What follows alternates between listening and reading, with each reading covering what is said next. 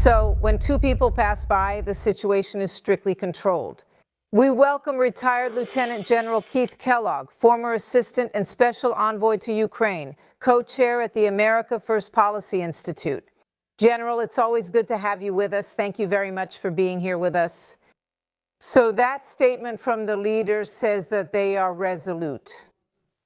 They are going to take control of the Strait of Hormuz. That is obviously the strongest arrow in their quiver at this moment, and they are determined to make the most of it. What do you say about that? Yes, thank you. It's good to be here. Look, this guy doesn't know who he's dealing with. When you look at Khamenei, he's lucky to be alive. And Kaliba, the leader of the parliament, or Wright, the chancellor, they don't understand President Trump. He's just seconds away from cutting off their economic lifeline, taking it from Karg Island or those islands in the Strait. As we've seen, they redirected the ships to pass through the Strait. They go past a place called Larik Island. It's the small islet just south. That's where their command and control is, not in Kashmir, the bigger one. We don't need to go to downtown Tehran. We just need to tell them, in the negotiations we'll let you live. That's the best you can hope for. But when you talk about getting revenge, when the president says we're going to wipe them out as a civilization, he's serious. We have the capability under the command of Dan Caney and Secretary Hegson to do that. We've proven over the last 30-plus days that there's no way they can stop us. So going into these negotiations, it's not equals talking to equals at all. The United States of America is stepping in and saying this is how it will be. History has proven that we are the dominant ones. Power, we can do this in the future. Let's ensure you understand. If you want to mess with us, in 2 weeks, you'll be lucky to survive as a regime. We can do this. We'll go ahead with whatever we want. We'll demand whatever we want now. That's something that I said I have to turn to history. When I go back to the Romans and the Carthaginians, I remember when they fought 3 Punic Wars. The third time the Romans said, we're fed up with these guys. They went to Carthage. They took the city. They burned everything down and took 50,000 prisoners. We're more or less at that stage now. We can finish this job if we want to. Trump president. And they don't understand President Trump. They're dealing with the wrong person. He understands what he can do. Because obviously some of these people were left alive on purpose as we went through the ranks. Our army removed Khamenei, the leader, the second. An Ayatollah in the 47-year period that this theocratic leadership has been in charge of Iran. And the president said the other day, well, these people we're dealing with are more flexible. They're better. This group of leaders, we think we can work with them. Doesn't that fit with what you're saying? Well, I don't think we can. When you look at Kalibaf or Aragti, both are from the Revolutionary Guard. They came from the IRGC. They're not normal people. I think the only normal person we have is Pezeshkian, who is their president, but the rest of them are revolutionary leaders. They've been fighting against the United States for 40 years, and you have a picture there with Fahid. He really is. He commands the IRGC now, but he's also an old revolutionary. So, you're dealing with people who believe. They firmly believe that the United States is the great Satan, and we need to realize that this is not a business deal. This is war. We're resolving a war. We are the winners, and we're going to go in as winners. It's not like signing a peace treaty in the country. No, just barely. What they're sending us is that they believe they've survived, and that's the threshold for them, the survival of the leadership and the survival of the IRGC. David Cloud from the Wall Street Journal in Dubai says, Tehran emerged from 38 days of war against the United States and Israel, having secured its main goal, its own survival, and 2 potential strategic gains: control of the Strait of Hormuz and newly established deterrence against large-scale attacks by its adversaries. What do you have to say about that? I think that's a very wrong take. He's making a mistake and wrote poorly. The only reason they're still alive is President Trump, who's willing to talk to them. But he holds all the cards. They don't have any cards. When they talk about survival, he can end it in the blink of an eye.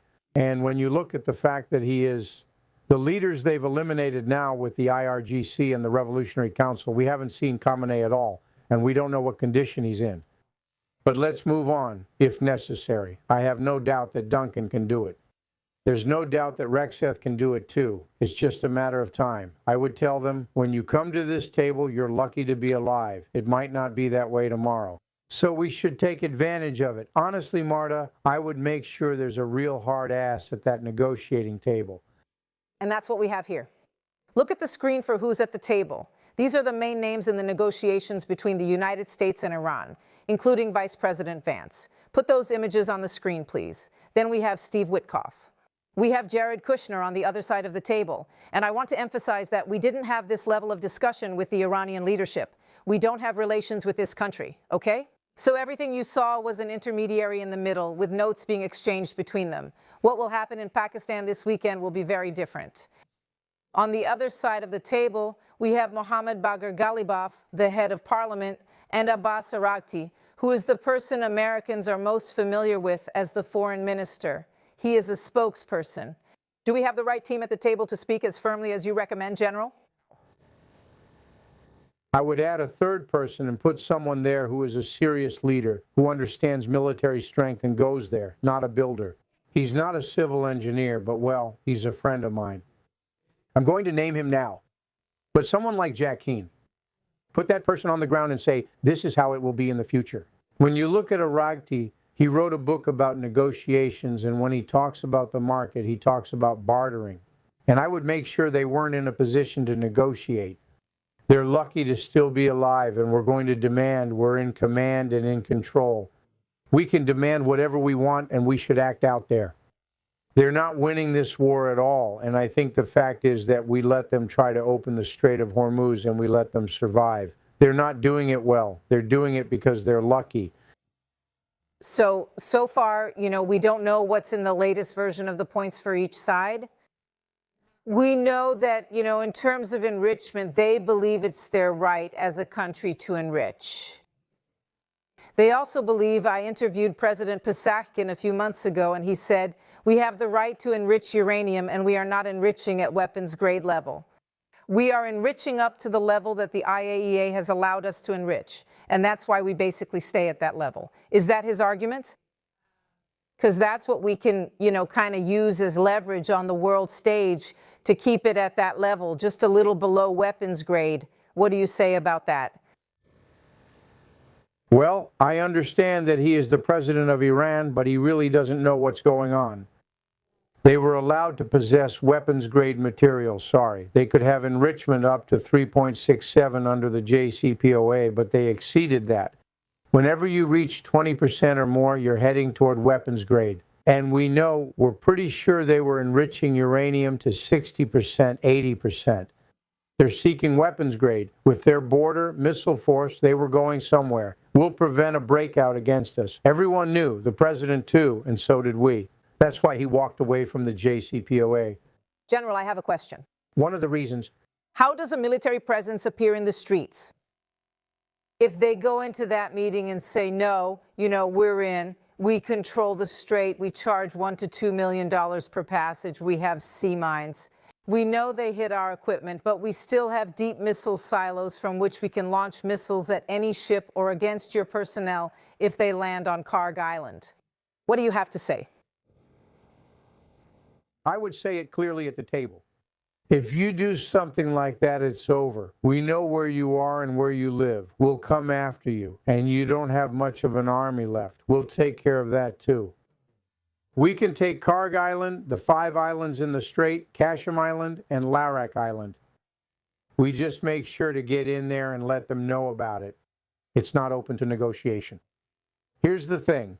We'll tell them what we're going to do, and they redirected the traffic through the Strait to bring it closer to Iran. The old passage was further south, right, near a friendly zone. It's not anymore. We redirected the traffic as we should have. The lanes aren't there. They redirect? Sail freely. I think if you pay, they'll take you around the mines. Is that right? Really quick, sir, if you can. Yes, we have the capability, to figure that out using drones, underwater drones or by minesweepers. We can do that, but we warn you right now that if a tank or a ship is destroyed, we'll do like Ronald Reagan, escorting the ships and ensuring proper payment. That's what I'm asking for. So you tell them we're alive today because of that. will be dead tomorrow if you violate it.